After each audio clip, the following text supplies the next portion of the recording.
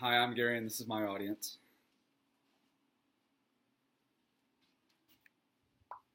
We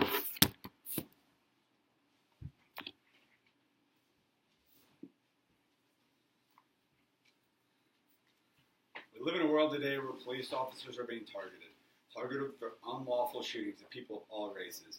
I think we can all agree that it is sad that we are scared of police officers, not knowing if our life will be taken for a simple speeding ticket. There are a lot of great police officers out there that don't deserve this kind of reaction from the public. It is only a few who give officers a bad name. That is why I think it would be a good idea for police officers who wear body cameras. They can capture all angles of the situation and can justify any action that officers take. This device can keep everyone a little more safe, making sure we put away the real criminal. This topic is important to you because the fight is going on right now with law enforcement. We should be able to walk up to police officers in any situation and be able to trust them, and I'm not so sure that we can right now. Sharon Coldridge of USA Today says having body camera program fosters transparency, allowing the city to better protect the public and protest officers from frivolous and fraudulent claims. Police officers are here to serve and help us, and we need to have their back like they have ours. We should have never put ourselves in this situation to begin with, but I think it's only best interest to have police officers wear body cameras. So in order to ensure police officers and our own safety, it is imperative that we expose the problems, causes, and solutions of why police officers need to wear body cameras. As many may know, this is not a brand new issue. The National Institute of Justice surveyed in 2013 and found that approximately 75% of police officers do not wear body cameras.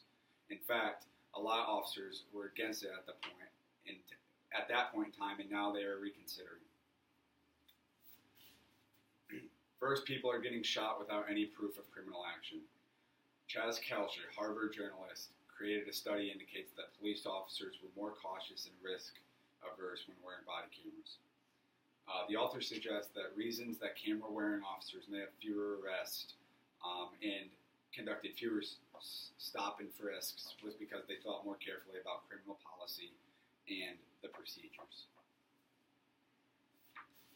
Second, there's a lack of justice for the victims, meaning the police potentially get away with murder or even something as simple as racial profiling when pulling individuals over.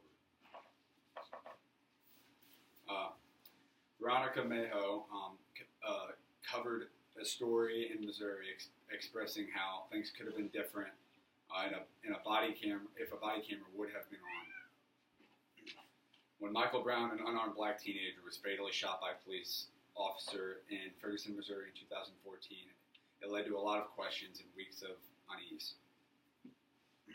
The national debate about police and their conduct. There were witnesses that said Officer Darren Wilson had shot Brown in self-defense, and he had to do what he had to do for his safety and the safety of others. Others said Brown did not pose a threat and that Wilson had murdered the teenager. A grand jury found Wilson not guilty, but what really happened that night we will never know. If Wilson would have been wearing a camera, this could have all been avoided completely, or we would know the truth behind the story. One issue that may succumb that officers would have to gain consent from the witness to record. This essentially makes the whole purpose useless. If a cop is chasing a victim, it is going to be very difficult to ask them in advance if they can record the chase. The whole point of these cameras should be to turn them on when an event occurs. This way it can be seen if anything happens that could be unlawful in either the officer's eyes or the criminal. Jay Stanley from the ACLU says that the challenge of non-officer cameras is the tension between their potential to invade privacy and their strong benefit in promoting police accountability. Overall, we think that this can be a win-win, but only if they are deployed.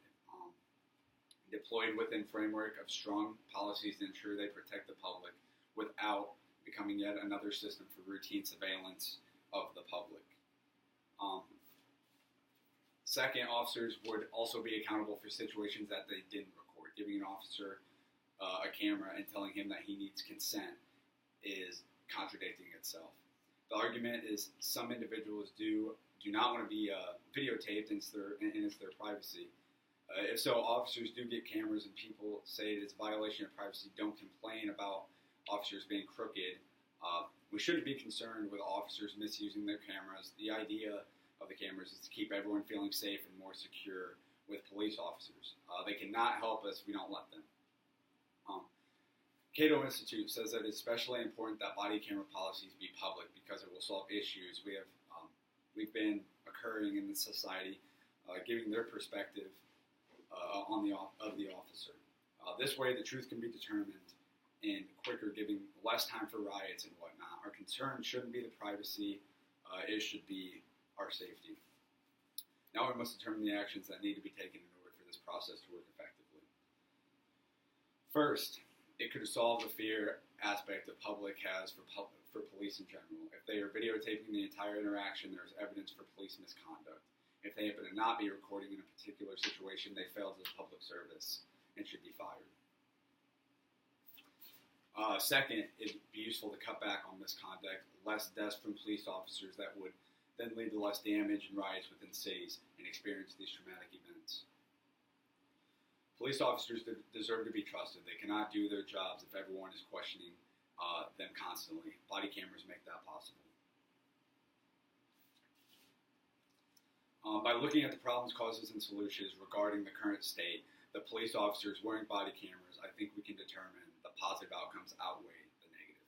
Eric Reveal from the federal government says officers wearing cameras were 25% more likely to perceive the devices as being helpful during interactions with the public. That may not seem like a big percentage, but every percentage matters in this situation. We should be able to trust our police officers, and right now I'm not so sure we can. Knowing that we can trust our officers is what can keep us the safest. With body cameras, officers as well as the public will be able to get away with very little in terms of interactions with police officers. Here is my audience again. I can't see, the screen's black, so